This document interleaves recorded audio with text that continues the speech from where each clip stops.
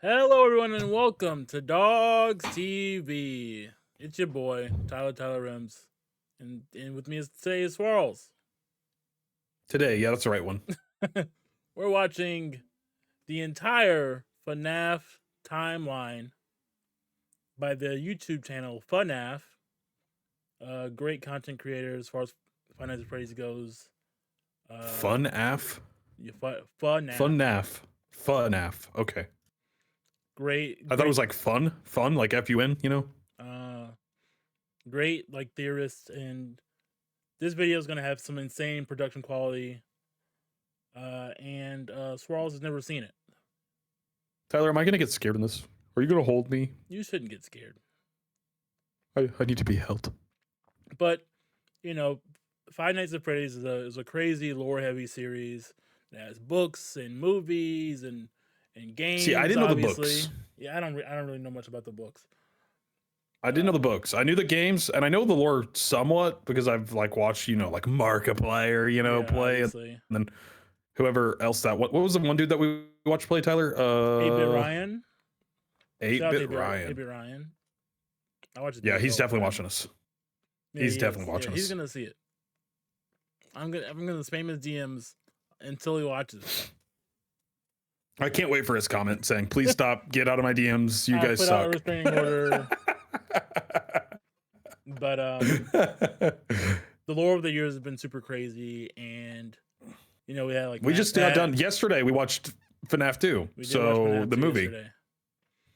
So this will be great for me. I probably will see something like, "Oh my gosh, I didn't know that was a thing." And so we had Matt Pat like do all his theory videos back in the day, and of course the lore was fast and loose back then, so a lot of those are outdated. But I mean, you still got to respect the pioneer, I mean, the bite of 87, baby. It's still my favorite bite.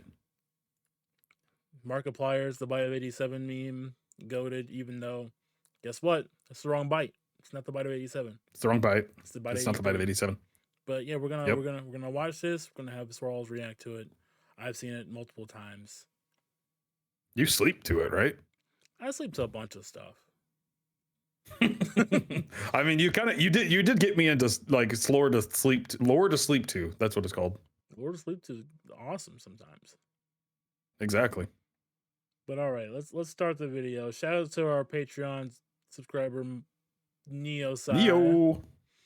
And yeah, let's hop right into the entire FNAF timeline. Let's do it. She can sing. Viewer discretion is advised. Five Nights at Freddy's is a franchise with over a decade's worth of content, spanning countless games, books, and now a movie. There's a reason that no matter whose timeline you watch, Two movies now. All look different. Making a FNAF timeline is not easy. There just are for reference, so many Swarlz just came out before Secret of the Limit came out. This so is mine. The stuff we know from that will not play into this at the beginning. For the most part. Interesting. Back in the 70s, and I know quite a bit from Fazbear Entertainment got its start by creating different props and mascot costumes for carnivals, and specifically for something called the Fall Fest. The Fall Fest featured various mascot characters, such as a bird, an elephant, and the most popular of all, Fredbear and Bonnie. These specific mascot costumes were so popular, Fazbear Entertainment opened a dedicated restaurant for them called Fredbear's Family Diner, featuring the same Fredbear and Bonnie mascot costumes from the Fall Fest. What Fazbear Entertainment didn't account for, though, was one of their animatronics from the Fall Fest going rogue, ending in a giant fire, with most of everything from the Fall Fest being destroyed. Interesting.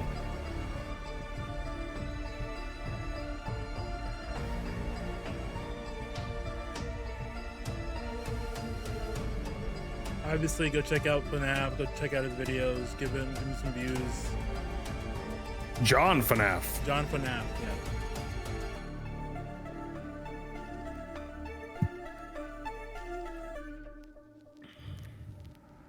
The entire FNAF timeline. The specifics about the animatronic that went rogue and the fire are unknown and will likely be revealed next year in FNAF's next big release. Although we don't know much about how this fire occurred, we do know that after the fire, Fazbear Entertainment started phasing out of the mascot costume era. They needed something new. The two men who helped found Fazbear Entertainment, William Afton and Henry Emily, stepped up to the plate. William Afton was mostly the businessman of the two, handling all of the money, while Henry was the more creative one, with him being in charge of building most of the animatronics. And that was the mimic person, right? Company. With the fall Henry Emily is just the business partner. They were only left He's the father of the puppet. Diner, the standalone restaurant created for the Fredbear and Bonnie characters. In order to replace the mascot versions of Fredbear and Bonnie, Henry went to work on new versions of the characters, eventually creating the new Fredbear and Spring Bonnie. The same characters, but with new designs and new suits. Henry called them Springlock suits. These suits are able to double as both an animatronic and a suit that the employees could wear. To switch the suit from animatronic mode to suit mode, the employees could use a hand crank to pull back the animatronic parts, leaving room for them to climb inside. The spring locks that were helping to hold back those animatronic parts were very sensitive though, and with even a little bit of moisture, the spring locks could potentially snap shut, crushing and killing whoever was inside. But if that ended up happening, Fazbear Entertainment had some common sense procedures set in place. In case that the spring locks come loose while you are wearing a suit,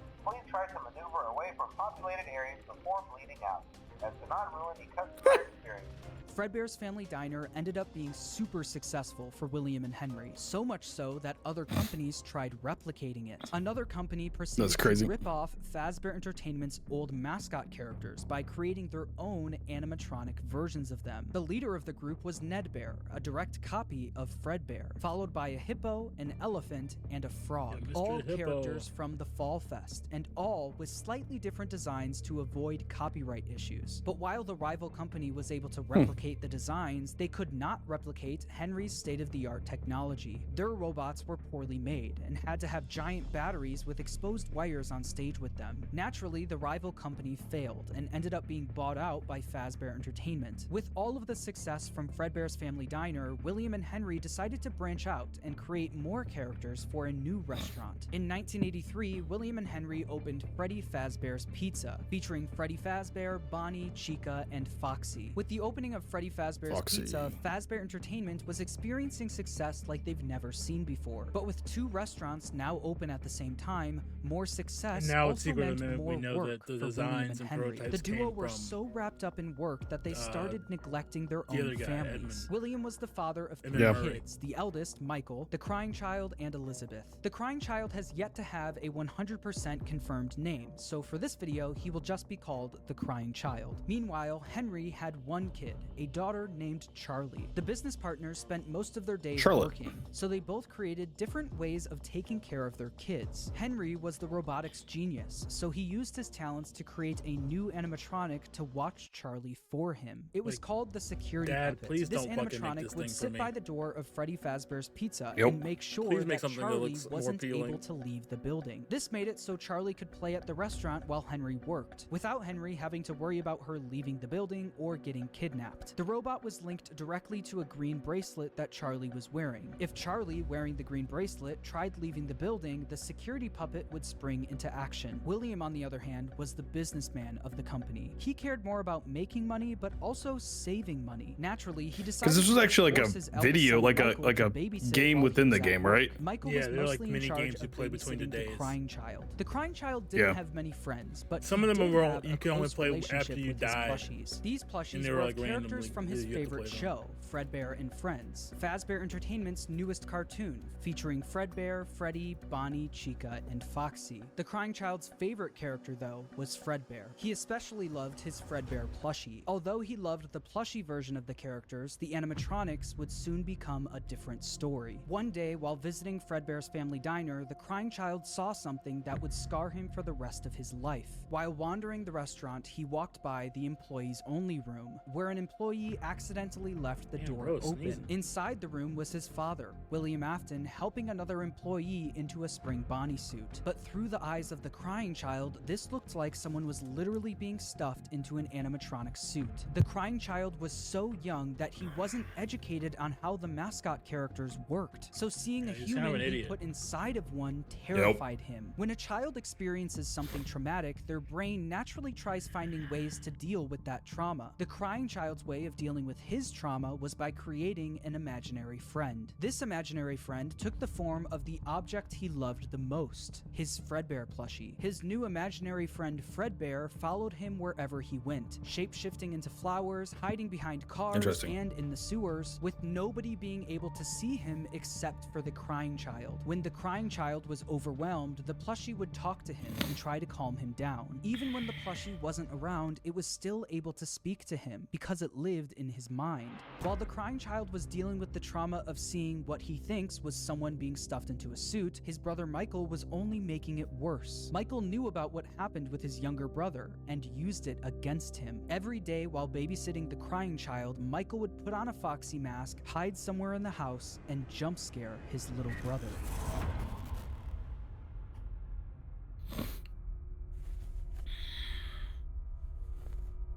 Is this their animations? Yeah, this is I think he animated this. Interesting. I just think it's funny that William Afton is always the purple guy, you know? Yeah. He didn't have a name until like the 5th game or something. He was just called the purple. Oh, really?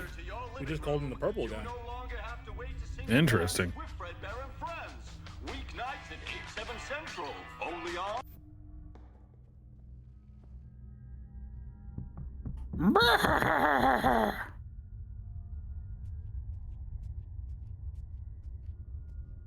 I'm gonna try not to jump, but I know I'm gonna jump probably.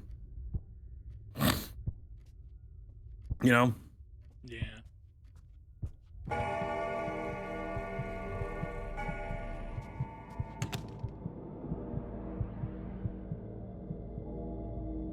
Dong. Dong. And it's under the bed. Through all of Michael's bullying, the crying child's imaginary friend Fredbear would comfort him and talk him through the situation, saying, "You know he is hiding again. Be careful. Tomorrow is another day." Michael wasn't the only one bullying the crying child, though. The local kids in the neighborhood heard about why the crying child was so scared of the pizzeria, even making up fake rumors related to what the crying child thought he saw there. "You'd better watch out. I hear they come to life at night. And if you die, they hide your body and never tell anyone." But all of this bullying would come to a head on one special day, the crying child's birthday. Ironically, his birthday party was being held at Fredbear's family diner. Because he was so terrified of being at the pizzeria, he hid under the table, not knowing that Michael and his friends were nearby, planning a prank that would go terribly wrong. Yep, the bite of 83, right? Bite of 83.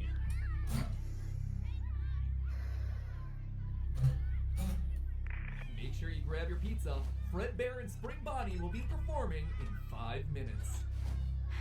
Shout out to Matt Pat. Wait, that was Matt Pat? Yeah, that was his voice.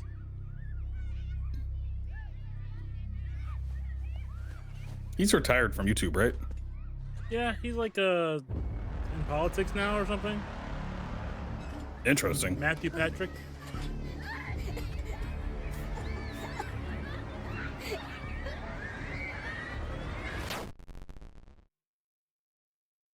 Michael and his friends lifted the crying child up to, quote, give Fredbear a big kiss, and Fredbear bit down on him, leaving his body to go limp. Michael and his friends quickly stopped laughing. Because of Michael's immature behavior, his terrified younger brother paid the ultimate price. Although the crying child was badly hurt, he didn't immediately die. Because of the immense brain damage, he slipped into a coma. After being treated at a hospital, the crying child was taken home so he could be comfortable, surrounded by his only friends, his plushies. In the crying child's final moments, Michael decides to apologize for what he's done, saying, "Can you hear me? I don't know if you can hear me.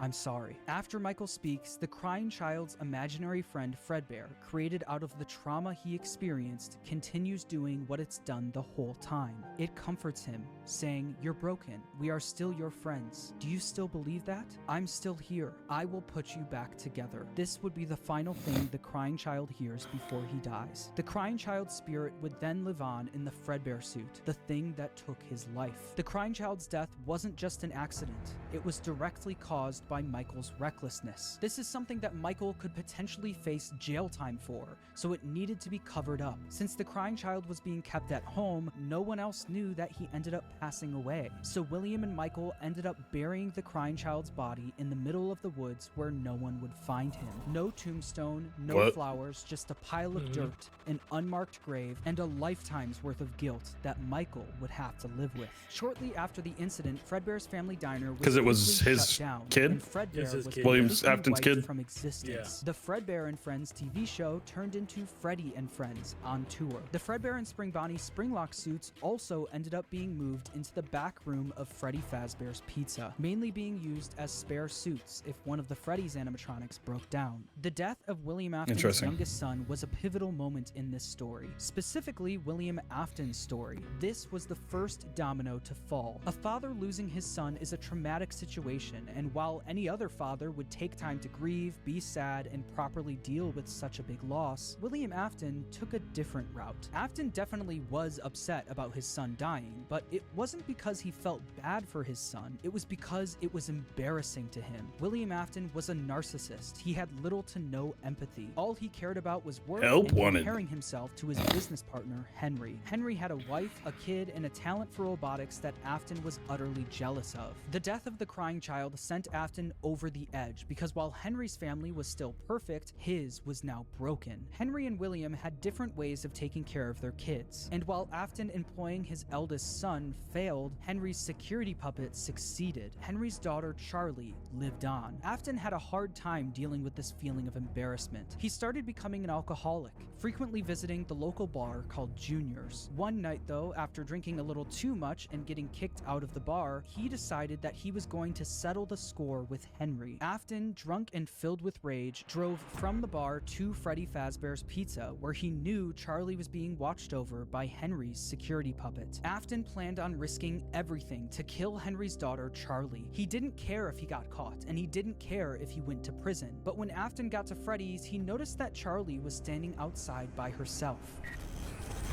It turned out that some bullies were able to trap the security puppet in its box and lock Charlie outside the building, giving Afton the perfect opportunity to kill Charlie outside of the pizzeria. The security puppet was eventually able to escape its box and went looking for Charlie. As Afton sped away, the puppet noticed that Charlie was outside in the pouring rain. It then did what it was programmed to do and went to protect her. But as the puppet got closer to Charlie's body, the rain started making it short circuit. It was forced to crawl its way over to her until the rain got to be too much, and the puppet shut down right next to Charlie's body. While Charlie and the puppet lay lifeless next to each other, Afton was speeding home, driving right past where he buried his son and the bar he got kicked out of. When Afton got home, he was met with his wife sitting in the living room watching TV, and Michael in his bedroom. Afton was a drunk and abusive father, and fully blamed Michael for what happened to his youngest son. Mrs. Afton tells him to leave Michael alone because he's had a tough day, but Afton doesn't listen. He goes over to Michael's room and pounds on the door, only for the door to be locked. He then makes his way around the house to try and find a way in from the outside, but once he gets to Michael's bedroom window, he notices that it's broken, and Michael was gone. Michael was so upset by what he did to his brother that he would sometimes see visions of Fredbear appear and disappear. Tonight, Fredbear appeared outside his bedroom window, and it almost felt like his brother was calling out to him from beyond the grave. This would happen frequently, and every time it did, Michael would run to the spot where they buried his younger brother, only to find that nothing had changed. His younger brother was still gone and buried in the ground. Afton knew Michael did this often, saying, "Ran off to that place again. He will be sorry when he gets back." The guilt of killing his younger brother haunted Michael in his real life, but also in his dreams. Michael would constantly have nightmares about the animatronic that took his brother's life. These were the exact same So it's like his younger FNAF brother 1 used where to the have kid gets every night, kidnapped, now right? passed on to him. This is like the movie. 1. Oh yeah. Like in the movie.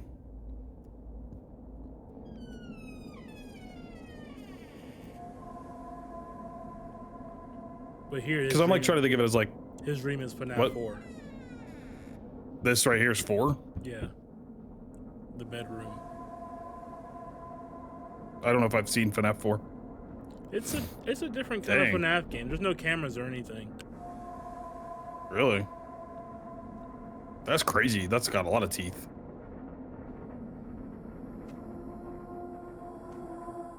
That's like a crazy one. What the hell? Yeah, these are the nightmare animatronics. Excuse me? What are you excusing you for? I was like, what's that floating thing in the air? They're like all like little like whatever it's called. And go. For Charlie, Fazbear Entertainment tried their best at covering it up. Fortunately for them and for William, the crime was committed outside, where no one was around to witness it. William was able to get away with everything, while Fazbear Entertainment William just ran him over with a car, right?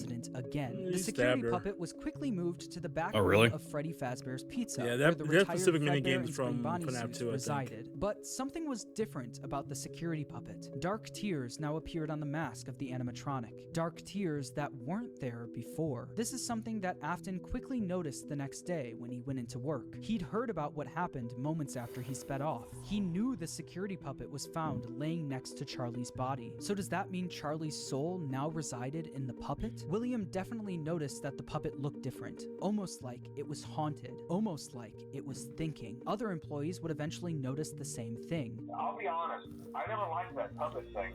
It's always thinking, and it can go anywhere. After realizing the security puppet may be possessed by the spirit of Charlie, Afton went back and looked at the crying child's Fredbear plushie, only to find that it also seemed to be haunted. The crying child feared for his life every single day, and that plushie was something he was able to cry and pour his agony into. Afton believed that this is what caused the plushie to appear haunted. It wasn't made alive by the spirit of his son, it was made alive by the agony and fear his son poured into it. Afton quickly became obsessed with the concept of haunted objects, and more specifically, the power of human emotion. He needed to find out if this is something he could take advantage of. Afton then used all of his money he made from Fredbear's and Freddy Fazbear's Pizza to build a giant underground facility directly under his house. It was here that he would try to recreate what happened with his son, to recreate the fear and agony he experienced. In order to do this, Afton didn't take any chances. He needed to replicate exactly what his son went through every day. In order to do this, Afton built a replica of his house underground, along with his son's daily walk to Fredbear's family diner. He also built a makeshift bedroom where he could force kids to have the same nightmare. This is kind of like info Afton would sit in his office watching them on the cameras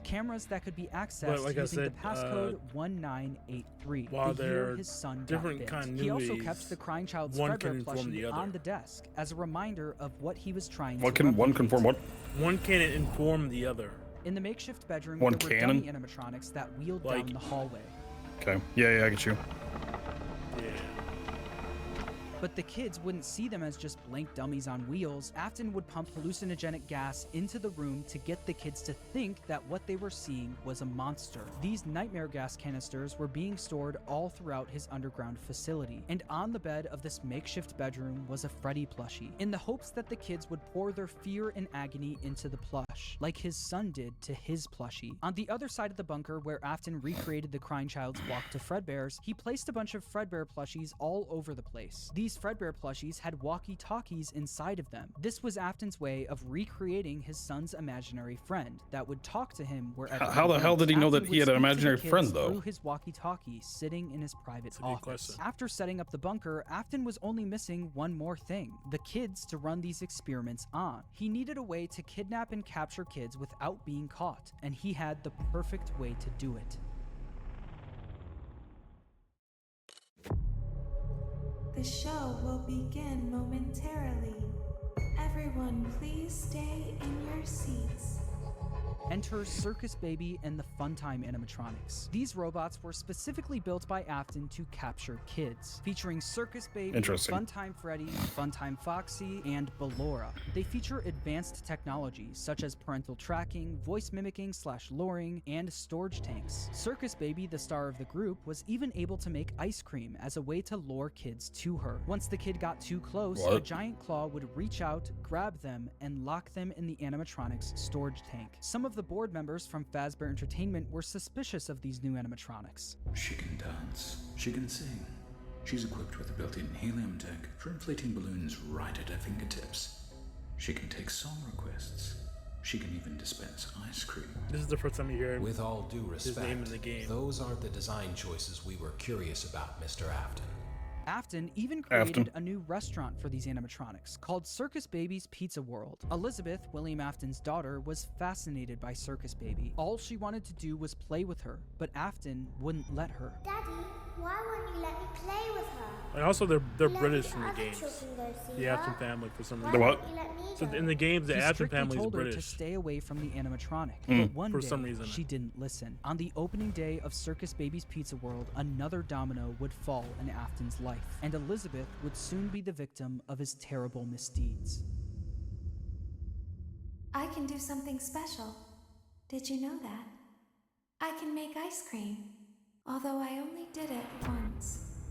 What a wonderful day, though. I was in a small room with balloons and a few tables. I would always count the children. I'm not sure why. They usually played together in groups of 2 or 3. There were 4, then 3, then 2, then 1.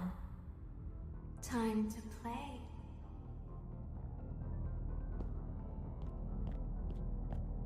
I can't believe this person animated all this. That's crazy. Yeah, it's an insane kind of thing to do. Shout out to them. Ice cream.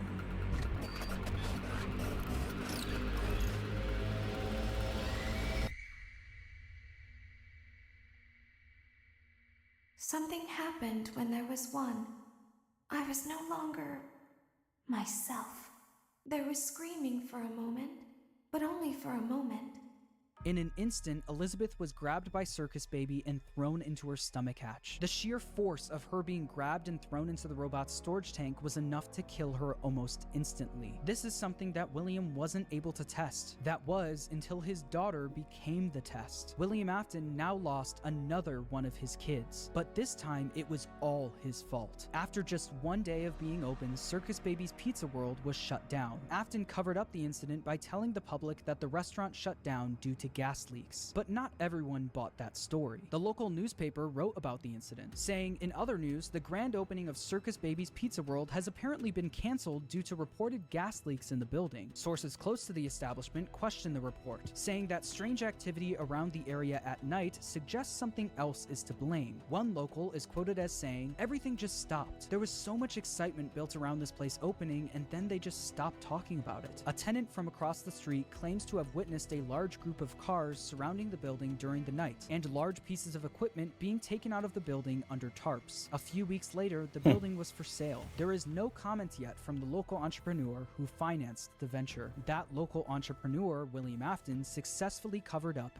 everything. He was able to bring Circus Baby and the Funtime animatronics back down into his bunker, but once he got them there, he noticed something was different about Circus Baby. One distinct feature about Circus Baby was her blue eyes, but what once was blue eyes now were green, the same color as Elizabeth's. In that moment, he knew that his daughter's soul attached itself to the robot. Her soul lived on in Circus Baby. Afton knew that the way Charlie went on to possess the puppet was sloppy, and it was hard to recreate without getting caught. But what if the kids' bodies were hidden where no one would ever look? What if, just like his daughter, their bodies were stuffed into the animatronics? For Afton, Elizabeth's death quickly went from just another inconvenience to a scientific breakthrough. breakthrough, Afton was one step closer to harnessing the power of life itself. But one successful experiment wasn't enough. Just like the fear experiments he built in the bunker, he needed to replicate exactly what happened. He needed to recreate the accident, and he knew exactly how he was going to do it. Using the Funtime animatronics again wasn't an option. Circus Baby's Pizza World was shut down, and the public was already getting too suspicious of the animatronics. But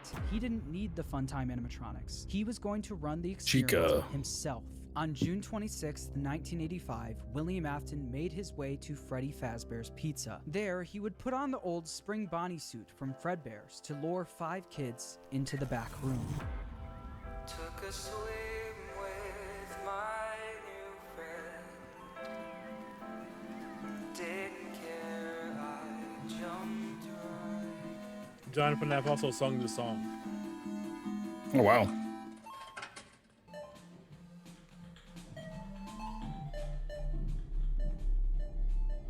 Hello. Looking for a friend? This is from FNAF 6. The water's clear, come swim with me.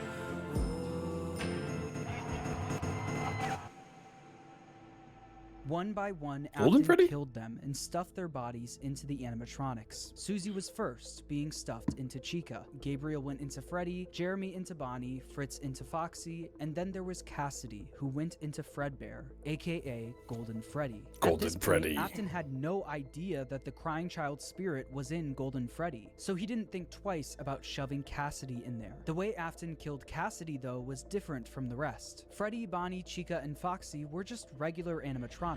Afton had no choice but to kill them, then stuff them into the suits. But Golden Freddy wasn't just a regular animatronic, it was a Springlock suit. The same Springlock suit that took his youngest son's life. Afton was aware of how dangerous the Springlocks were. Any bit of moisture or too much movement would cause them to snap shut, slowly killing whoever was inside. So that's exactly what he did to Cassidy. He put him into the suit and watched as the Springlocks snapped shut, cementing Cassidy's death as the most brutal of them all. Freddy, Bonnie, Chica, Foxy, and Golden Freddy weren't the only animatronics sitting in the back room of Freddy Fazbear's Pizza, though. They were joined by the security puppet, which contained the soul of Henry's daughter, Charlie. Once Afton was gone, Charlie jumped into action, almost acting as a guide for their souls, properly giving them life inside of each animatronic. After the incident, the kids were quickly reported missing by their families, and although the security cameras caught Afton luring the kids away, he wasn't able to fully get in trouble. Since he was wearing the Spring Bonnie suit, they were never able to prove it was actually him. Afton also hid the kids' bodies where no one would ever look, so the bodies were never found. Unbelievably, Afton was able to get away with yet another crime. Because of all the bad press that sounds crazy to me. The missing children's incident, people stopped coming to the pizzeria. After months of customers I blame the British. Up, Fazbear Entertainment officially shut down Freddy Fazbear's Pizza. Shortly after the pizzeria shut down, Afton decided to pull the Funtime animatronics out of retirement and finally get his underground facility fully operational. He knew he couldn't try opening another Circus Babies restaurant, so he had a new idea. Due to the massive success and even more so the unfortunate closing of Freddy Fazbear's Pizza, it was clear that the stage was set, no pun intended, for another contender in children's entertainment. Unlike most entertainment venues, our robotic entertainers are rented out for private parties during the day.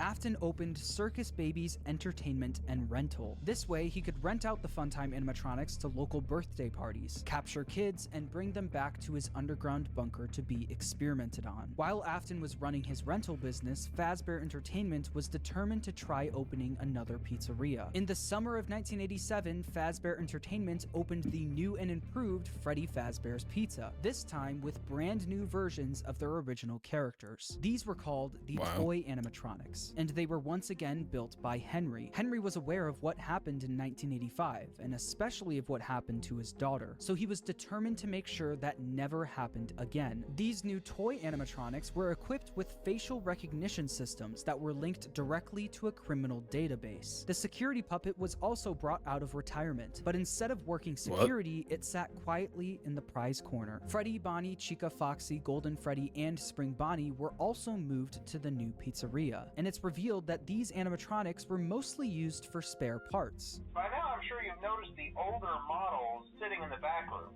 Those are from the previous location, and we just use them for parts now. The idea at first was to repair them, but they were just so ugly, you know? And the smell. This means that the haunted metal of the original Freddy's animatronics was now being put into the toy animatronics, causing the toys to also now be possessed. After Afton got away with the first set of murders, he needed to see if the kids' spirits were possessing the animatronics. In order to see for himself, Afton went back to work at the new pizzeria as a daytime security guard. While Afton was working the day shift, Jeremy Fitzgerald was working the night shift. Jeremy worked there for 5 nights, and unfortunately for him, because the kids possessing the animatronics were killed by an adult, they were extremely aggressive to any adult they encountered. They interact with the kids just fine, but when they encounter an adult, they just stare. Meanwhile, Afton decided to pull the same trick he did at the old Freddy's location, gaining 5 more victims. Someone used one of the suits. We had a spare in the back, a yellow one. William's doing this?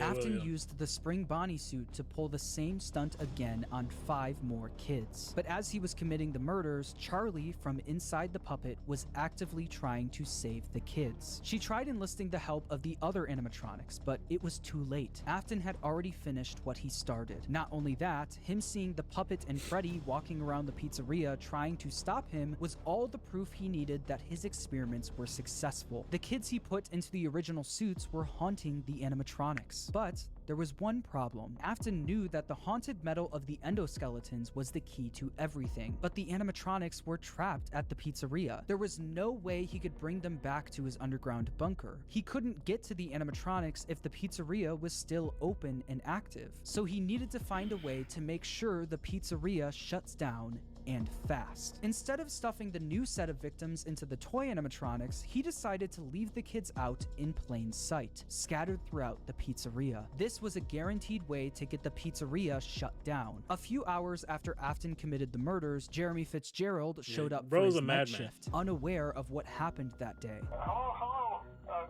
What on earth are you doing there? Didn't you get the memo? The place is closed down, at least for a while. Listen, just finish your shift. It's safer than trying to leave in the middle of the night. We have one more event scheduled for tomorrow, a birthday. You'll be on day shift. Wear your uniform. Stay close to the animatronics and make sure they don't hurt anyone, okay? The next day, during Jeremy's day shift, one of the animatronics bit him in the head. This was infamously known as the Bite of 87. Meanwhile, Afton successfully got the pizzeria shut down. The local newspaper wrote about there actually is a Bite of 87 though? There is an actual Bite of 87. Freddy Fazbear's Pizza is closing its doors. We just don't know which animatronics will did be it. Scrapped due to possible malfunctions. However, the original characters are being kept in hopes of a possible reorganization of the company. Since the toy animatronics were now being scrapped, he knew he could get away with taking their endoskeletons. But he also knew that he couldn't risk showing his face at the pizzeria again. So he got his oldest son, Michael, to do the work for him. William was easily able to get Michael to do whatever he wanted. William was abusive and manipulative, while Michael was haunted by the guilt of what he did to his younger brother. Because of this, Michael basically acted as William's puppet. Michael showed up for the night shift at the now closed Freddy Fazbear's Pizza under a code name, Fritz Smith. At the end of his shift, he would successfully steal the toy animatronics endoskeletons for his father, causing him to get fired his first day on the job due to tampering with the animatronics. As it said in the local newspaper, while Fazbear Entertainment scrapped the toy animatronics, the original Freddy, Bonnie, Chica, and Foxy were going to be fixed up and reused. And that's exactly what they did. After the 1987 Freddy's location shut down, they opened yet another location, this time using the exact same building as the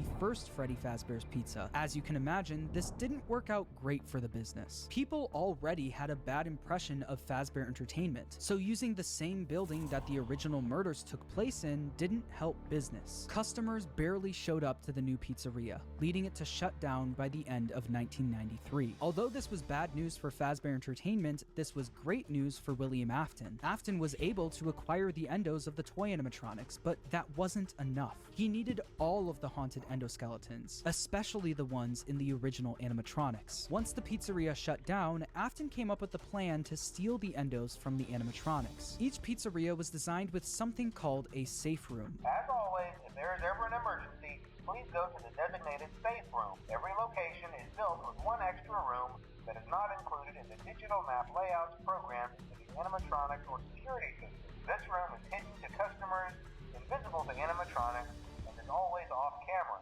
This room was hidden from guests and invisible to the animatronics. Interesting. Afton would use this to his advantage, luring each of the FNAF is that? animatronics to the safe room and dismantling them one by one. The kids possessing these animatronics were the same kids he lured into the back room all those years ago. He planned to use the same trick to lure the same kids all over Either FNAF 2 or 3.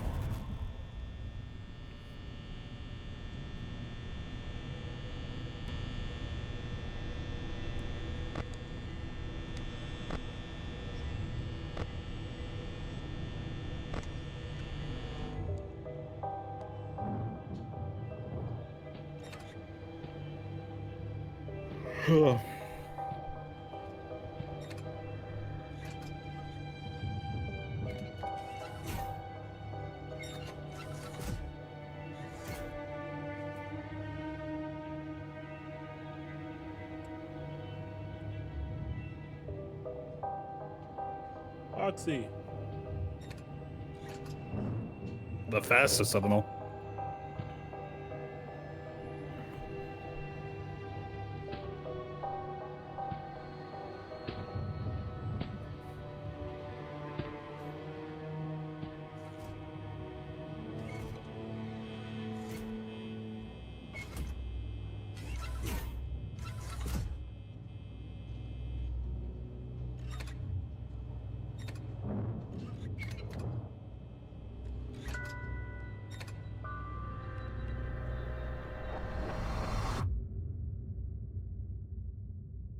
Once he finished dismantling each animatronic and stealing their endoskeleton, he brought them down to his underground bunker, where he would melt them all down into one liquid substance called Remnant. Not only did Afton rob these kids of their lives, he would use their souls long after they're gone for his own personal gain. How in the heck did he break them all down whenever they're killing everybody else? He's got that kind of power. I think he beats Apparently. Goku. I think he beats Goku. Apparently.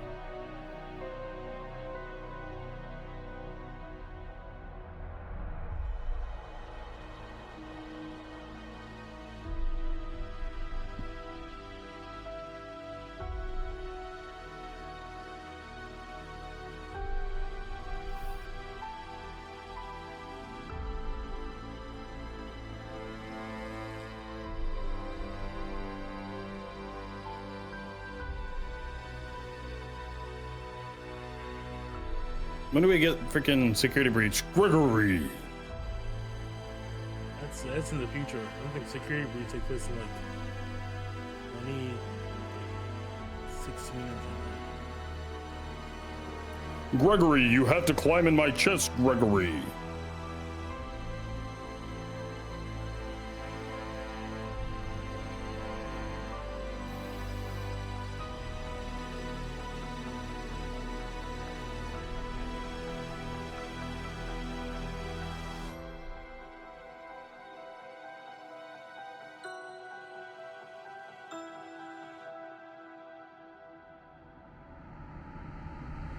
By melting down the endos, he successfully created Remnant. This substance, containing the spirits of all of the missing children, was silver in color, and if kept at the right temperature, was malleable. Afton didn't want to risk testing the Remnant on himself, so he injected it into the Funtime animatronics. Once he did, the animatronics jumped to life. The experiment had worked. William Afton unlocked the power of life itself. After his successful experiment, he went back to Freddy Fazbear's Pizza to collect his old Spring Bonnie suit. But once he got there, he was met with the spirits of the 5 missing children, trapping him inside the safe room. Cassidy, the spirit inside Golden Freddy, chased Afton around the room and forced him to get into the Spring Bonnie suit. Cassidy was the most vengeful spirit of them all. Being spring-locked in the Fredbear suit was a painful and slow death, and he wanted to make sure that Afton knew what that felt like. At this point, Afton knew how a spirit could live on. As long as he was inside the suit, he knew he'd be back.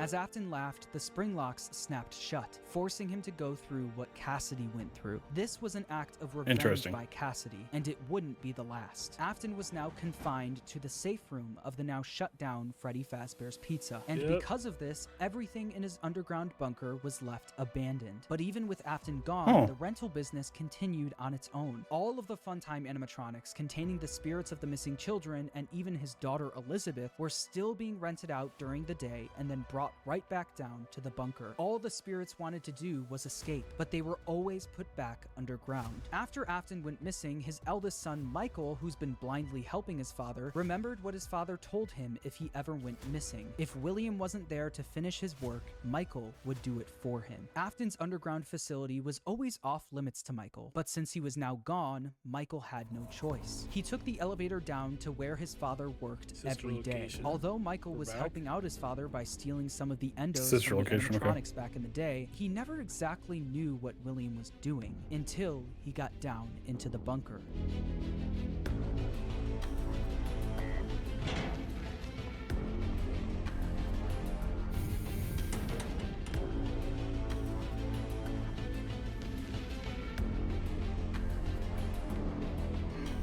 Over the several days he visited the bunker, he learned more about what his father was up to. He learned about the massive facility his father built, complete with multiple rooms conducting fear experiments. He learned the truth behind the Funtime animatronics and how they were actually designed to kidnap kids. And he learned through the voice of Baby exactly how his sister died. A little girl, standing by herself. My stomach opened, and there was ice cream. I couldn't move, at least not until she stepped closer. But as the week went on, Baby was conducting a plan of her own, a plan to escape the bunker using Michael's body. Elizabeth was no longer the person Michael remembered her as. She was entirely devoted to her father and would do anything to make him proud of her. At the end of the week, all of the Funtime animatronics endos were scooped out, with all of them combining into one animatronic called Ennard. This creature, containing the spirits of the missing kids and Elizabeth, knew they wouldn't be able to escape the bunker looking like an animatronic. They needed a human body to walk around in. What? You are That's in crazy. The scooping room now. Funtime The Foxy scooping has room. already been here today. Funtime Freddy has already been here today. Melora has already been here today. Circus Baby has already been here today. I've been out before, but they always put me back. They always put us back inside. There's nowhere for us to hide here. There is nowhere to go when we look like this. But if we looked like you, then we could hide. If we looked like you, then we would have somewhere to go. The scooper only hurts for a moment.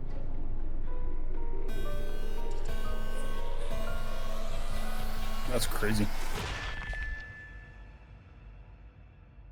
Michael Afton's insides got scooped out and replaced by Ennard, helping all of the souls to escape the facility. With every passing day after this happened, Michael looked more and more like a walking zombie. His skin was starting to turn purple, and people started to notice. Michael's body was no longer a good disguise for Ennard, so Ennard ejected itself from Michael. But because the scooper was also a remnant injector, when Michael Afton was scooped, he was also injected with Remnant. The Remnant made it so even after Ennard was gone, he was still able to survive. With Michael now back in full control of his body, he had a new mission. Although he did, one way or another, successfully free his sister from the underground facility, he also learned about all of his father's terrible misdeeds. His loyalty to his father turned to disgust. It was time for him to end all of this. Father, it's me, Michael.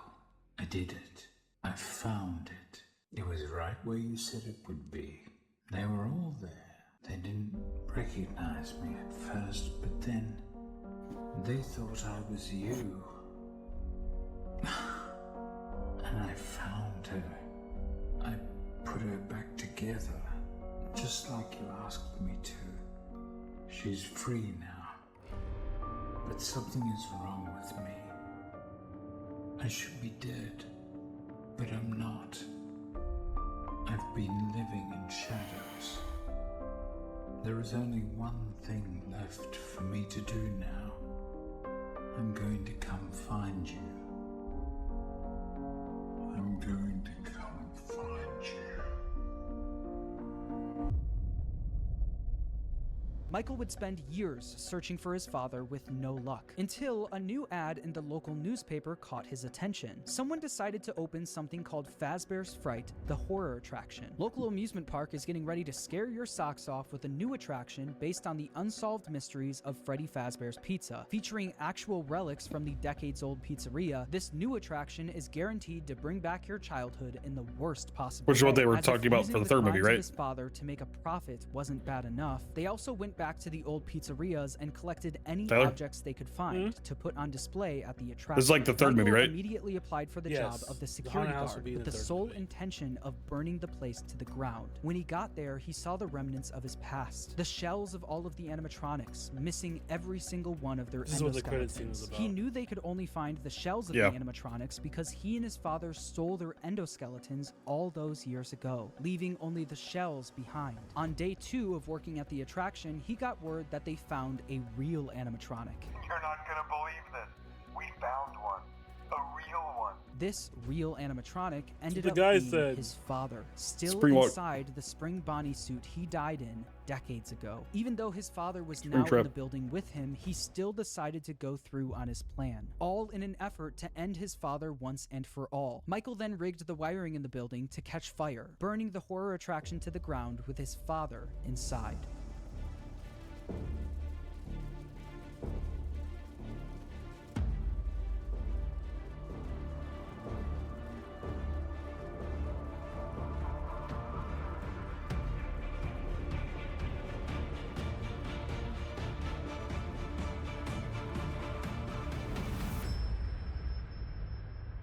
The local newspaper would write about the fire, saying a new local attraction based on an ancient pizzeria chain burned down overnight. Authorities have not ruled out foul play, but at the moment it seems to have been caused by faulty wiring. Although the fire destroyed most of everything in the building, William, miraculously, was able to survive. William was now free, roaming the outside world along with the souls of the missing children, Elizabeth, and Charlie inside the puppet. Since Michael wasn't able to end everything, someone else needed to step in. That someone was Henry Emily. Afton's old business partner and father of Charlie heard about the fire at Fazbear's Fright, along with the rumors of the various animatronic creatures now roaming the streets. Henry was determined to put an end to all of this.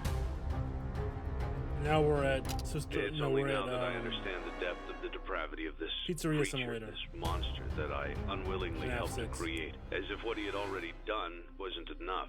He found a new way to desecrate, to humiliate, to destroy. As if the suffering wasn't enough. The loss of innocence, the loss of everything to so many people. Small souls trapped in prisons of my making, now set to new purpose, and used in ways I never thought imaginable. He lured them all back to a familiar place, back with familiar tricks. He brought them all together. Are they still aware? I hope not. It keeps me awake at night. I could make myself sleep, but not yet. Not until I undo what he has done and heal this wound. A wound first inflicted on me, but then one that I let bleed out to cause all of this. He set some kind of trap. I don't know what it was, but he led them there again. He overpowered them again, and he robbed them of the only thing that they had again. I don't know how those tiny breaths of life came to inhabit those machines, but they will never find rest now. Not like this. I have to call them all back. All of them. Together in one place. By gathering all of the Did you say animatronics fire? in one place and locking them in the same room, he would be able to burn them all to the ground for good, effectively freeing their spirits in the process. In order to do this, Henry created a new restaurant called Freddy Fazbear's Pizza Place. He knew that the spirits and William couldn't resist coming back to a new location, even if it was all just a trap. Charlie was different though. She was smarter than the rest, so Henry knew she wouldn't be as easily fooled. So he created an animatronic called Lefty, standing for Lure, Encapsulate, Fuse, Transport, and Extract, specifically to capture the puppet and bring it to the pizzeria. While trying to find someone that would help him carry out his plan, one person showed up for the job, a person who was also determined to finally end all of this, Michael Afton. Day after day, the animatronics roaming the streets would show up in the alleyway next to the pizzeria. Baby, aka Elizabeth, the souls of the missing children and the crying child, now appearing as Molten Freddy, Charlie and Lefty, and his father, William, all showed up in the back alley. Michael would then collect each animatronic and throw them into a facility under the pizzeria, designed to be a maze with no exit, where the animatronics would roam around without even knowing they're trapped, until the end of the week, where they would all be burned to the ground. With all of the souls, including William himself, now in one place, Henry's plan was in motion. As far as Elizabeth and William were concerned, this was a good thing. All of this remnant now in one place was all that they wanted, until Henry stepped in. You played right into our hands. Did you really think that this job just fell out of the sky for you? No, this was a gift for us. You gathered them all together in one place, just like he asked you to. All of those little souls in one place, just for us. A gift. Now we can do what we were created to do and be complete. I will make you proud, Daddy. Watch, listen, and be full. Connection terminated. I'm sorry to interrupt you, Elizabeth, if you still even remember that name, but I'm afraid you've been misinformed. You are not here to receive a gift, nor have you been called here by the individual you assume, although you have indeed been called. You have all been called here, into a labyrinth of sounds and smells, misdirection, and misfortune. A labyrinth with no exit, a maze with no prize. You don't even realize that you are trapped. Your lust for blood has driven you in endless circles, chasing the cries of children in some unseen chamber, always seeming so near, yet somehow out of reach. But you will never find them. None of you will. This is where your story ends. And to you, my brave volunteer, who somehow found this job listing not intended for you. Although there was a way out planned for you, I have a feeling that's not what you want. I have a feeling that you are right where you want to be. I am remaining as well. I am nearby. This place will not be remembered, and the memory of everything that started this can finally begin to fade away, as the agony of every tragedy should. And to you monsters trapped in the corridors, be still, and give up your spirits. They don't belong to you. For most of you, I believe there is peace, and perhaps more, waiting for you after the smoke clears. Although for one of you, the darkest pit of hell has opened to swallow you whole. So don't keep the devil waiting, old friend. My daughter, if you can hear me, I knew you would return as well. It's in your nature to protect the innocent. I'm sorry that on that day, the day you were shut out and left to die, no one was there to lift you up into their arms, the way you lifted others into yours. And then, what became of you? I should have known you wouldn't be content to disappear. Not my daughter. I couldn't save you then. So let me save you now. It's time to rest, for you and for those you have carried in your arms. This ends, for all of us, in communication. The entire speech was Henry straight putting from fire the to game. the animatronics may have freed the spirits from the metal of the robots, but some of them still needed help actually moving on into the afterlife. This help would come from Charlie. She helped guide the spirits into the robots. Now she would help them move on. In the world of Five Nights at Freddy's, the way a spirit can move on is by them being put into a happy memory. The memory Charlie chose actually comes from the crying child and the day he got bit. Piece by piece, Charlie put that terrible, shattered memory back together, but this time she would change it into a happy memory. Instead of the crying child getting bit on his birthday, Charlie changed it so that all of the missing kids and Charlie would celebrate him, giving him a giant birthday cake. By changing that terrible memory into a happy one and attaching all of the spirits to it, they were able to successfully pass into the afterlife. Sick.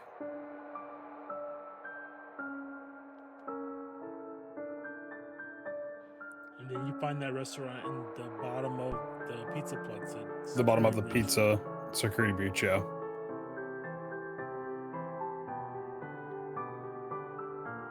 Which is weird though, because then there's like an amalgam Freddy, right? Yeah, it's Molten Freddy again still, I think. Like I said, they were all able to move on, except for one.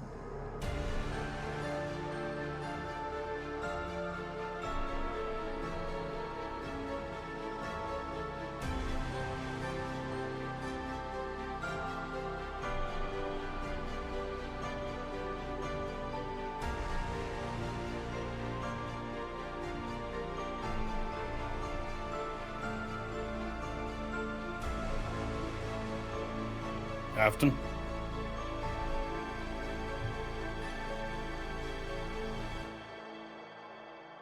Cassidy, the most vengeful spirit of them all, Cassidy. wasn't done yet. He pulled the decided kid to Boo. He attach said, his "You may soul be to dead, but I'm Williams, not making fucking sure done." that William was unable to move on. By attaching his spirit to Williams, he Spin was the able block to again. trap Afton in an endless loop of death. He made Afton relive This is Ultimate every Custom one of his Night. terrible misdeeds. The fear experiments, his underground bunker, This is and what? the Ultimate pizzeria Custom where Night. Cassidy was killed. Afton experienced all of this while being attacked and killed over and over again by all of the animatronics from his past. Every time an animatronic would attack him, Cassidy would be there, reminding him that the suffering will never end. We've only just begun. I will never let you leave. I will never let you rest. He tried to release you. He tried to release us, but I'm not gonna let that happen. I will hold you here. I will keep you here, no matter how many times they burn us. Cassidy knew that Afton didn't deserve the afterlife. He deserved to pay for what he's done for all of eternity. Dang.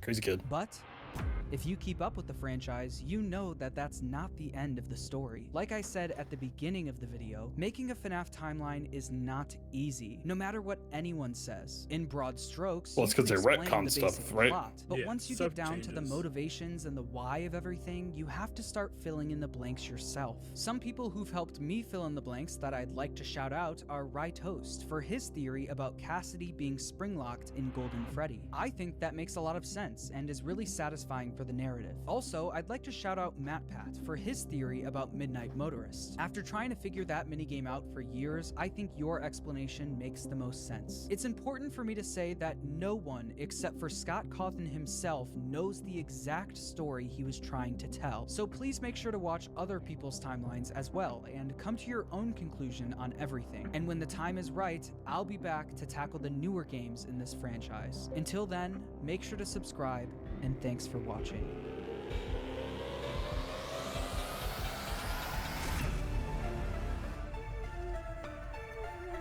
So you think that's like the best one? For I certain? think that one lines up the best with what I think. You went all in. Or.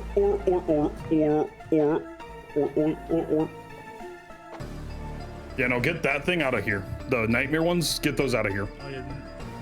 The nightmare. Let me turn this down some. The nightmare animatronics are crazy because one, they're made because people are like, well, the toy animatronics aren't that scary.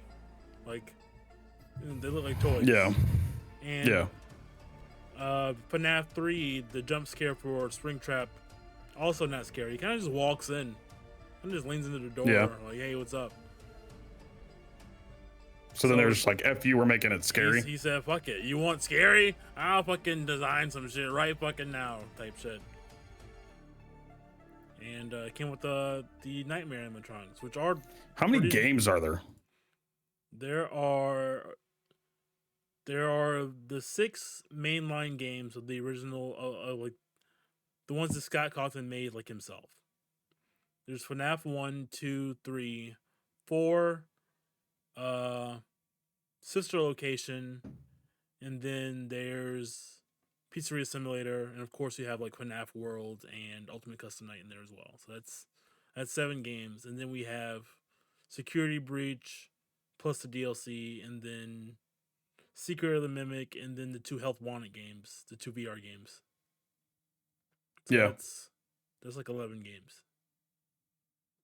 Okay. And Secret of the Mimic is like the newest one. Yeah, and the VR games have their own story to connect. Like the character you play as in Help Wanted 2, the second VR game, is one of Michael's friends from when they fucking fight at 83, the fucking crying kid. He was wearing the Bonnie mask. Well, at least that's the preserving theory. A lot of the facts that they show in that game kind of line up to that being the guy. And then he ends up being the father of the main character of the Security Breach DLC. It all lines up. Didn't the father of the DLC, meaning the girl? The girl, yeah. Okay. She's like a little black girl. Yeah. He had like a darker skin tone. Because I'm trying to think of the I was trying to think of the DLC. I just remember the DLC being very buggy. It's actually less buggy than the main game. Really? Okay. I just remember watching, of course, Markiplier play it. Mm-hmm. And then, of course, Secret of the Mimic adds all the new stuff in with Edmund Murray and Edmund Murray and Costume Manor and all that stuff, and how they had their own stuff, and him and his wife designed the original FNAF characters, and Henry and his wife dying. Yeah, his wife dying at the Fall Fest in the fire, making a mimic for his son. Making for the wife, right? Of the wife, and then having to transfer her body to the thing, and then use the mimic's body for his son. And like Henry, Emily, and Afton like poaching workers and giving them too many like design revisions to put them in bankruptcy type shit. Yeah, it's a whole thing. What was the thing I was gonna say though? So like, is there any other games that are like slated to come out for FNAF? Right now I don't think there's any games that we know of that are gonna come out. Interesting. So we'll just have to see what's still. But it seems like they've kind of like, it seems like they've definitely like with Security Breach and the Mimic, they've kind of like gone into that 3D like free roam almost type of. Security Breach was definitely a test in that realm, and I don't think it went that well because like the Pizzaplex is big, but you don't really do there's really nothing to do in the Pizzaplex. You're just kind of walking. It was definitely like, let me put it this way, it was like a fun game to watch. Yeah, I liked it in the sense of like Freddy's actually a good guy for once. Yeah, that was always cool. I remember when we had the first Security Breach trailer at some State of Play or something. It's this creepy thing. You see like someone slinking around the corner. You see Vanny like with a knife and the bunny suit. And it's like Five Nights at Freddy's Security Breach. It's like, what the fuck? Five Nights at Freddy's? What the fuck are you talking about?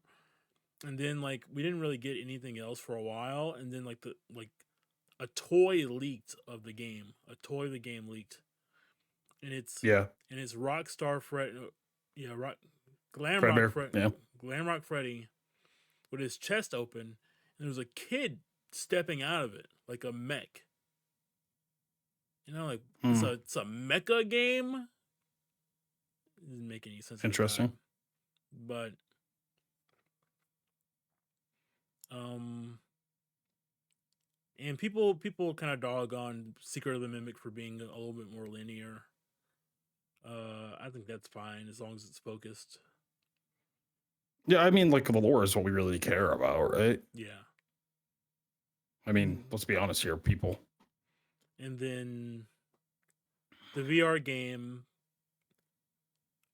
has a story that leads into Security Breach because it has those tapes to talk about Glitch Trap, and Vanessa, I think, is in those, and then she's the security guard there, and she's got some. It's like I really kind of want to know what's going to happen with that because it was like a very much established place that we just like wrecked, and then DLC definitely kind of touches that it shuts down.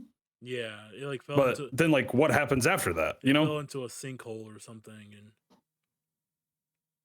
and I forget which ending of Security Breach is actually canon. Yeah, I can't remember either. I know obviously the one that, you know, it's shutting down is the canon one, and Gregory escaping, it seems to be canon. Gregory escaped with Freddy. Yeah, with Freddy's head. Yeah. Because the evil seems to be the canon one. The evil Freddy in Ruin was like a prototype body or something. It said something on his foot, like prototype or something. Yeah. So I remember that. I just don't know which one was like the canon ending for DLC. Yeah. I can't remember if she ends up dying down there or if for the DLC, she finds the mimic. She runs away from I can't remember if does Roxy save her? Is that what it is? She gets into an elevator because you know the whole time she's talking to Gregory on the fast talker. But that turns out to be the mimic.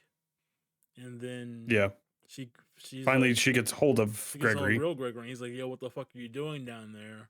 I remember them like cutting the line. Yeah, he's like, "Oh, you're running away from it. I can't let that thing out.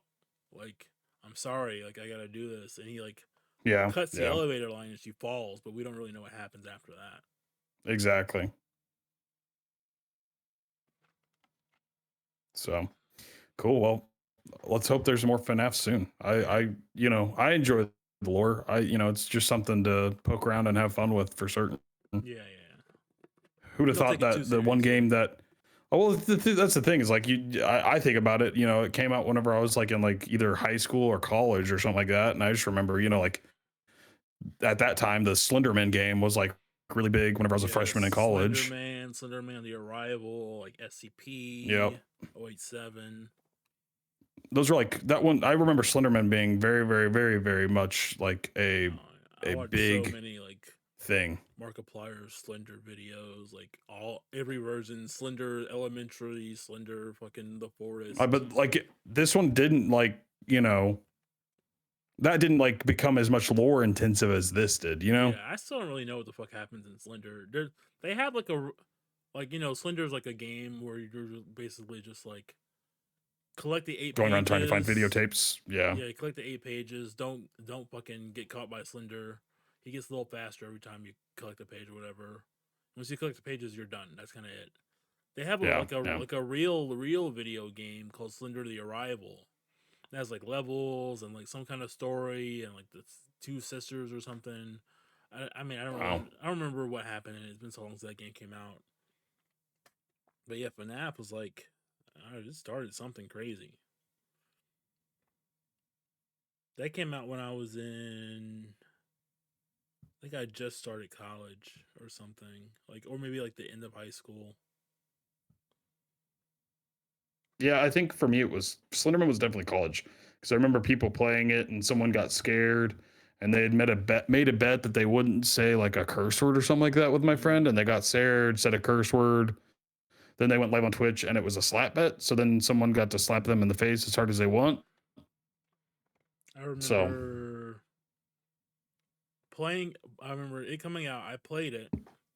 I watched it. I watched the Markiplier playthrough as well. Mm-hmm. And then like 4 months or like not that long after the first game came out, second game was here, like the same year. Oh, really?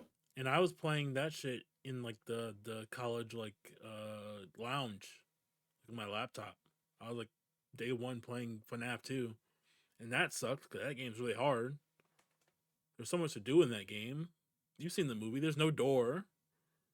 You get the mask. You gotta like flash the lights. You gotta, Flashlight. You gotta wind the music box every now and then. There's so much to do in that game.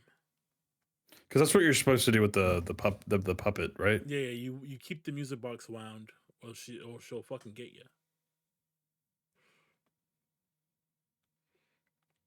And like it goes down fast too. So basically, like, I think the strat is like, don't look at any other camera but the one with the music box.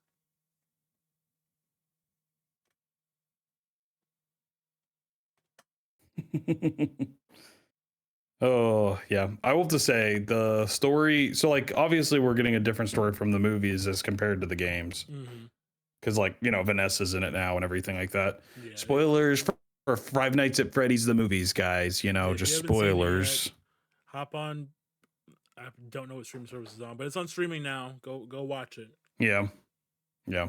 But, dude, the like ending of it, I saw from a mile away, except for the fact that Mike is just like, yo, deuces, I don't want anything to do with you because I can't trust you. And it's like, that was weird to me. I kind of get where he's coming from, but also it did kind of feel like that's kind of crazy, Michael. Sorry, you're Mike. You're not Michael. You're Mike. Yeah, Mike, not Michael. Because, like, yeah, obviously, like, her being around, like, his sister's in danger constantly from being exposed to this stuff, but Abby's kind of also, like, an idiot or something. Yeah, Abby's kind of dumb. But like, you know, we have all this, and it's like interesting because it's like Charlotte's not a vengeful spirit in the games. No, she's sort of like a help. I mean, she'll still fucking kill you if you don't fucking wind the music box. But other than that, like here, she's like in the games, she's more of like a very much guardian like to help for the other ones. Yeah, exactly. And in the movie, she's like, fuck all the adults. She's like, I hate the adults. Yeah. She did say the line though from the game, which I still like, which was, I don't hate. She says it's an ultimate custom night when she kills you, who is in ultimate custom night you're playing as William Afton. Because the ultimate custom night is just like it's like there's like really that's the game that supposedly locks you in time for Afton type shit, yeah. And so she says, I don't hate you, but stay out of my way.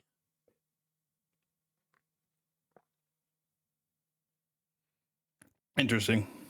But yeah, I mean, I can see where Mike's coming from. And she's like, you know, we have all this like shared trauma with your father, right? And so yeah, but you can fix her, Tyler. Yeah, I mean, I can fix her. He clearly can't. He clearly but you could. I could. And she's like, oh, she has this psycho brother she just didn't mention. She has this childhood friend who she knows is a fucking possessing a puppet. She didn't mention, you know, all this stuff that would be nice to know at least. I mean, I don't think you. And it makes sense that they would be friends. Yeah. But it's like weird that they went with Vanessa rather than Elizabeth. Yeah. Which is even crazier because you see Circus Baby in you see dream, Circus Baby, yeah. And like, she's got the green eyes. Yep. That's clearly intentional. So it's like. So like, do they have? It's interesting. Do they have a third or fourth sibling that we don't know about in the movies? Exactly. I would assume so. Yeah. I would assume so. That's why they had Circus Baby, right? Yeah. Interesting.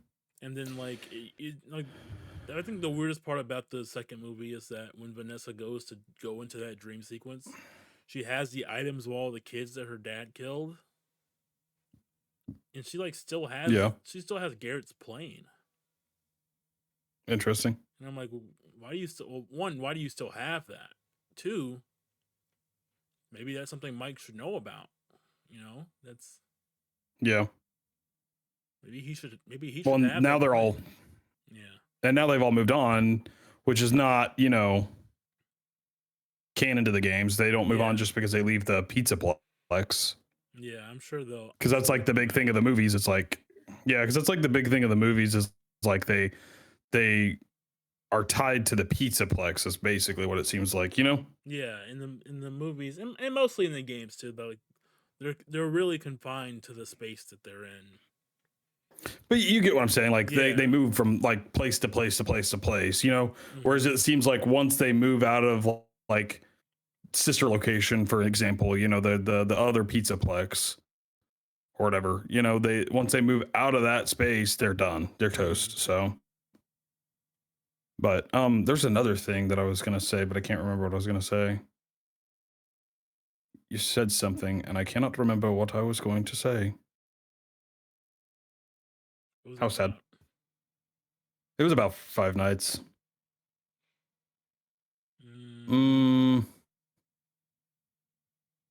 Because you were talking about her in the plane? Vanessa, the plane. I can't remember. You know me, I'm 32. I'm a boomer. Yeah, I'm almost there. I'm still Unk But status. Unk status for me, for sure. But I did like about the movie. This isn't a review of the movie. We're just chatting at this point. Yeah, we're just kind of chatting at this point. But I remember seeing in the theater. We start in 1982. Oh. I know what I was going to say. Go for it, though. Okay. And you see the girl sitting in front of the stage. And I immediately go, that's Charlie. Because she's wearing these little hand things. Yeah, like the stripes. Yeah. You knew that was going to be the one that becomes the puppet. Yeah. Which is weird that they renamed it the Marionette. Yeah, I don't know. It's one of those things where, like, I don't think the games ever really called it anything. Like in the call, he's like, I don't really like that puppet. It's always looking around or whatever. But then we do get stuff like I think maybe in Ultimate Custom Night is called the Marionette, or and there's like a nightmare version called like. So it's like kind of like, of course, like it's like. Yeah, so it's kind of like Scott's trying to force you to say Marionette, almost is what it seems like. He doesn't like it being called the puppet, maybe, but maybe he was I will have to say, purple guy type shit. Yeah, true. So I'm really curious about the one scene that you pointed out while we watched the movie, though, and that's Shadow Bunny. Why does that not come up in this? Shadow Bunny, I don't think we know what Shadow Bunny is. Like, it's kind of like it's like one of those things in the game. Let me pull it up in the video. I guess I have that power. Like in the game, it's kind of just like an Easter egg kind of character, right? Okay, so it's just like a small thing. Hey, look, Markiplier. Yeah. Shout out Markiplier. Shout out to Markiplier. Like, he kind of just like really no lore significance, no one ever mentions. Can it kill you? I don't think so. I don't think. Interesting. But there's like another secret character in FNAF 2. Well, there's like 2 more secret characters in FNAF 2. There's one of them's Balloon Boy, right? And we don't know nothing about Balloon Boy. Balloon Boy is just kind of fucked up. Like, is he haunted? I don't know. We don't really talk about him. But he's there. But no, there's another character in the game that's like Balloon Boy named JJ. We don't know what JJ stands for, Jaloon Joy or whatever. I don't know. We don't know. And she maybe is she. We don't fucking know. It's pink, so I'm gonna be a guy and be like, oh, that's probably a girl. Typecast it. Yeah. And she just hides under your desk, and you can see her, but she doesn't do anything, and she'll never do anything. She doesn't jump scare you or anything. I think she gets like a jump scare maybe in Ultimate Custom Night, because whatever that game has like 50 fucking animatronics in the game, because it's just a challenge mode game kind of thing. Yeah, it's just like there's like no lore to it, right? Yeah, other than the whole hellscape thing. Like the only lore is like the fact that it's most likely Afton's like, you know, afterlife, basically. Yeah. And then the other character in FNAF 2 is Shadow Freddy, who also no lore significance, I don't think. I don't want a Shadow Freddy rap. I don't need how to summon it, but he just shows up in the back room sometimes. This is FNAF 2, by the way. Yeah, this is FNAF 2. I mean, they got in the movie they got the office down pretty well. Is Shadow Freddy like right there, or is he in like one of these rooms? Yeah, they got the office down pretty good. Right there? No. I think that's just regular Freddy. I think that's regular withered Freddy. Shadow Freddy would be, yeah, he'd be right there in the back room sometimes. It's kind of like shiny hunting. It's right just there. like really rare that you'd ever see him, but sometimes you will. Yeah. Oh, this is Daco. He's another big FNAF content creator. Interesting. And he's just trying to get Shadow Freddy. Yeah. And there's a Secret Foxy apparently too. Who? Secret Foxy's in this video as well. Secret Fox. He's probably talking about Mango. Right there. Right? Is it just like the Foxy to show up right there? Where? It was at the very end of this video. Just keep letting it keep going. Oh no, that's just the Fox. That's just the Foxy, the classic Foxy jump scare. Interesting. Because I just saw Foxy standing there. Foxy does not give a fuck about the mask you're wearing. He's not fooled. Yeah. You gotta flash him a couple times, and that's what Balloon Boy does. He disables your flashlight, so they'll usually combo off with each other. Interesting. But I don't think any animatronic in the second game is hated as much as Toy Bonnie, because really? Toy Bonnie comes out of your right vent. And the vent, yeah. He's like very persistent about it, and I don't know why. Like, throughout the story of the game, like the regular Five Nights, he's like, I think he's locked to like 1 or 2 difficulty. Like he's locked very low, as everyone else will get higher as the game progresses. But he's always locked at very low level because that's just how insane he is. And when you play on like, I think it's like 920 mode or whatever, 1020. I think it's 1020 yeah. too. He's like an extreme hassle. Interesting. I mean, does he still have the same laugh? The oof, oof, oof, oof, oof, or whatever, No, Toy Bonnie has like you heard him in the movie. He sounds kind of like that.